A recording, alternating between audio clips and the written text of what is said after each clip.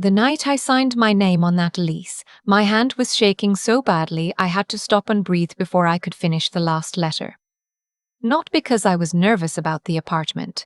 It was a one-bedroom on the third floor of a building that smelled like old carpet and someone else's cooking. The bathroom faucet dripped. The closet door didn't close all the way. I loved it more than anything I had ever owned. I was shaking because my stepfather had told me the week before that if I moved out, I was throwing away everything he'd ever done for me. His exact words were, "You walk out that door. Don't come back crying when the real world eats you alive."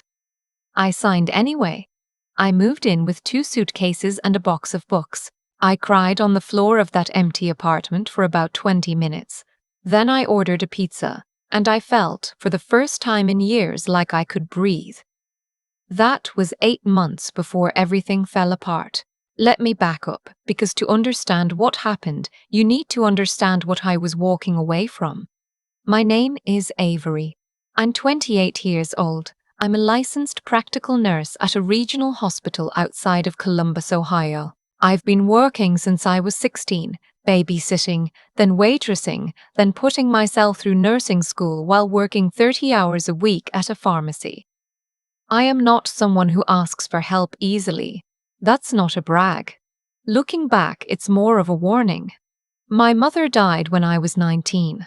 Ovarian cancer, 14 months from diagnosis to the end. She was 43. I was in my first semester of college, and I came home to take care of her, and I never really went back to the version of myself that existed before that phone call. She had remarried 3 years before she got sick. His name is Roland. He sold commercial real estate and drove a truck that cost more than my mother's annual salary. He had 2 adult kids from his first marriage, his son Bryce, who was 26 when my mother died and had never held a job for more than 8 months, and his daughter Melissa, who lived in Phoenix and called maybe 4 times a year. When my mother was alive, Roland was tolerable, charming even, in that particular way that men who want something from you are charming. After she died, the mask slipped fast. He kept the house. That was the first thing. My mother had owned that house before they got married. She'd bought it herself after her divorce from my father, made every payment, put new floors in the kitchen with her own hands. When she died, it went to Roland. I was 19 and didn't know enough to ask questions until it was too late. He let me stay. That's how he framed it from the beginning, let me stay. As if the home my mother had built was a favor he was extending to me out of the goodness of his heart. I was grieving and I was broke and I had nowhere else to go. My father had been out of the picture since I was 11. My mother's sister lived in Portland and we were never close, so I stayed. For a while, I told myself it was temporary. I was finishing nursing school. I was saving money. I was going to leave. What I didn't account for was how slowly it happens. The small things that you rationalize. The $400 a month he started charging me for rent when I got my first real nursing job, just to cover utilities, he said. The way Bryce started treating the refrigerator like it was his personal property, leaving passive-aggressive notes when I finished the orange juice. Roland telling me not to have friends over after 9 because it disturbed his sleep, even though Bryce had people over until 2 in the morning 3 nights a week, and nothing was ever said. I was 26 before I admitted to myself that I had stayed too long. By then, Roland had started a relationship with a woman named Deb. She was 40, younger than him by 11 years, and she moved into the house 6 months after they started dating. No conversation. No warning. I came home from a 12-hour shift and her boxes were stacked in the living room, and Roland told me Deb needed the guest room, so I should think about consolidating my things. That was his word, consolidating. My room was already the smallest bedroom in the house. My mother had used it as a craft room before I moved back in after her diagnosis. I had a twin bed wedged against the wall and a dresser with a broken drawer and a window that looked out onto the side of the neighbor's garage. I started looking for apartments that week. But Columbus rental prices had gone through the ceiling, and my student loans were still hanging over me, and I kept running the numbers and coming up a few $100s short every month, so I waited. And while I waited, things got worse. The rent went up to $600.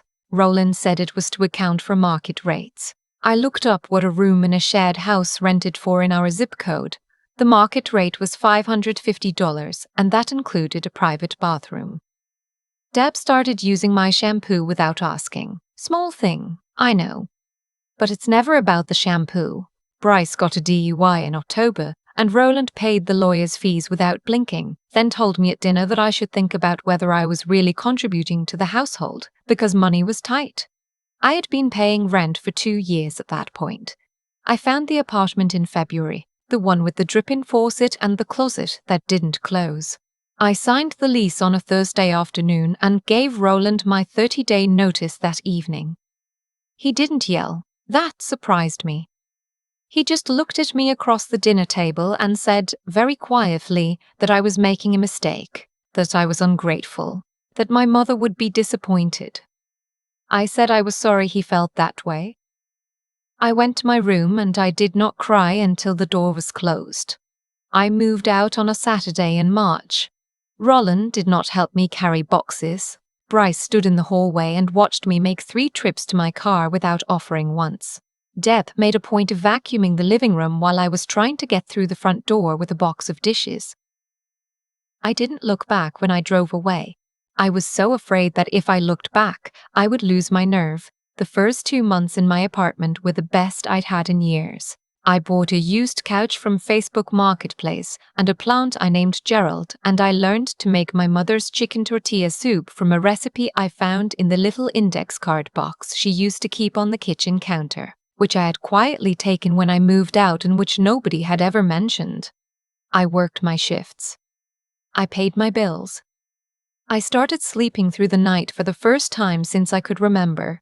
Then, in May, I got a letter from a collections agency. It was for a credit card I had never opened. The balance was $3,200. The account had been opened 14 months earlier using my social security number, my mother's old address, and a phone number I didn't recognize. The card had been used at a hardware store, a furniture outlet, and a place called Sunset Lighting and Decor. I sat with that letter on my kitchen floor for a long time. I knew. I think I knew immediately. I just needed a minute before I was ready to face it. I called the collections agency and told them the account was fraudulent. They gave me the number for the card issuer. I called the card issuer and started the dispute process and asked them to send me the full account statements. When the statements arrived 10 days later, I sat down at my kitchen table with a highlighter and went through every charge. Sunset Lighting and Decor. I looked them up. They were a home goods store about 4 miles from Roland's house. The furniture outlet was in the same strip mall as the hardware store Roland had used when he renovated the garage the previous spring. I remembered because he had complained at dinner about how expensive everything was. I'm a practical person. I don't catastrophize. I went through every possibility before I let myself land on the one that made sense. But it made sense. I called my mother's sister in Portland. We hadn't spoken in almost 2 years, and it took her a moment to place my voice, and I felt the distance of that in my chest in a way I didn't expect. I told her what I'd found. She was quiet for a long time. Then she said, "Avery, your mother had a life insurance policy?" I didn't know about any life insurance policy. She told me my mother had taken it out years before she got sick. A $150,000 policy, with me listed as the primary beneficiary. She had assumed I'd received it. She had assumed that was how I'd been paying for nursing school. I told her I had paid for nursing school with loans and 2 jobs and a Pell Grant. Another long silence. I hung up the phone and I sat very still in my apartment for a long time. Here's what I knew at that point. Someone had committed identity theft using my information. Someone had charged $3,200 to a fraudulent credit card and used it to buy things for a house I used to live in. And there was a life insurance policy taken out in my name as beneficiary that I had never received any money from. I didn't go to Roland. I want to be clear about that. I had worked in a hospital long enough to know that when you suspect something is wrong, you document first. You don't tip off the person you are documenting. I called my mother's insurance company with the policy number my aunt gave me. I told them I was the listed beneficiary on a policy held by Margaret Ann Whitfield, my mother's full name, and that I was calling to inquire about the status of the claim. The woman on the phone was very kind. She said the claim had been paid out in full approximately 8 months after my mother's death. She said it had been paid to the listed beneficiary. I said, "That's me. Can you confirm the address the check was sent to?" It was Roland's address, my mother's address, the house. I asked if they had confirmed my identity before releasing the funds. There was a pause. She said she couldn't share the specifics of the claim process over the phone, but she encouraged me to submit a formal written dispute if I believed there had been an error. I thanked her and hung up, and then I went to the bathroom and was sick. I spent the next 3 weeks being very methodical about things. I want to tell you that I was calm, but that's not entirely true. I was calm on the outside. On the inside, I was running a constant loop of every conversation I'd ever had with Roland, everything he'd said about money being tight, every time he'd looked me in the eye and told me I was lucky to have a roof over my head. I filed a police report for the credit card fraud. The officer I spoke to was patient and took everything down and told me these cases took time. I said I understood. I contacted a consumer protection attorney. Her name was Beverly, and she had an office above a dry cleaner on the east side of Columbus, and she wore her hair in a bun held together with what appeared to be a pen, and she was the most competent person I have ever met in my life. She looked at everything I brought her. The statements, my mother's death certificate, the insurance policy information, and she made a list on a yellow legal pad, and at the end she looked up at me and said, "You have a civil claim and potentially a criminal matter. These are not the same track, and we're going to handle them differently." I asked her what that meant. She said it meant we were going to be patient. We were going to document everything. We were going to build a case before we made a single move. I said I could do that. The hardest part of the next 2 months was not doing anything. I ran into Bryce at a gas station in June. He was driving Roland's truck and wearing a new jacket, and he nodded at me like we were strangers, which I suppose we were. I nodded back and got in my car and drove away and didn't let myself think about it until I was in my apartment with the door locked. I filed a formal dispute with the insurance company. Beverly handled most of the correspondence. What we were building was a paper trail, evidence that the claim had been paid without proper verification of my identity, that someone had impersonated me or submitted fraudulent documentation to access funds that were illegally mine. Beverly also flagged something I hadn't considered. Under Ohio law, the way the policy was structured, Roland would not have had the legal authority to claim those funds even as my mother's spouse. I was the listed primary beneficiary. The money was mine.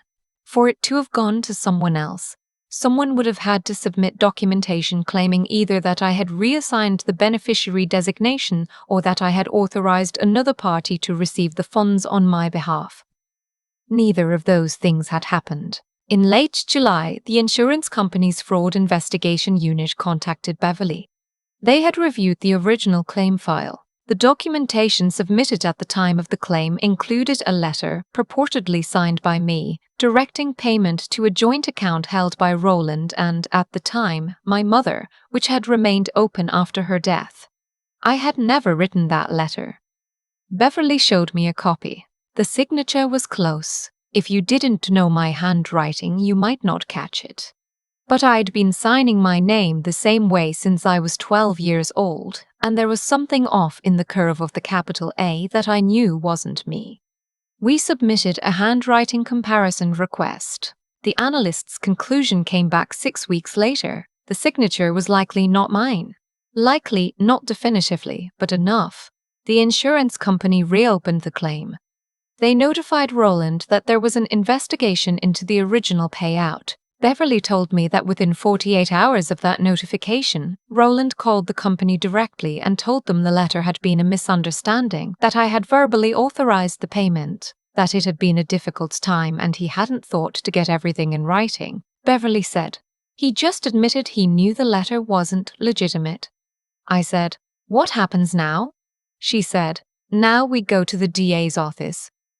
I want to tell you the part that people don't talk about, which is that even when someone has done something unforgivable to you, there's still grief in it. Roland had been in my life for 9 years. He was there when my mother was dying. He sat in the hospital with us. He held her hand in the end. I don't know how to reconcile that version of him with the one who forged my signature on a letter to steal $150,000 to my mother left for me. I've tried. I've had a lot of late nights trying.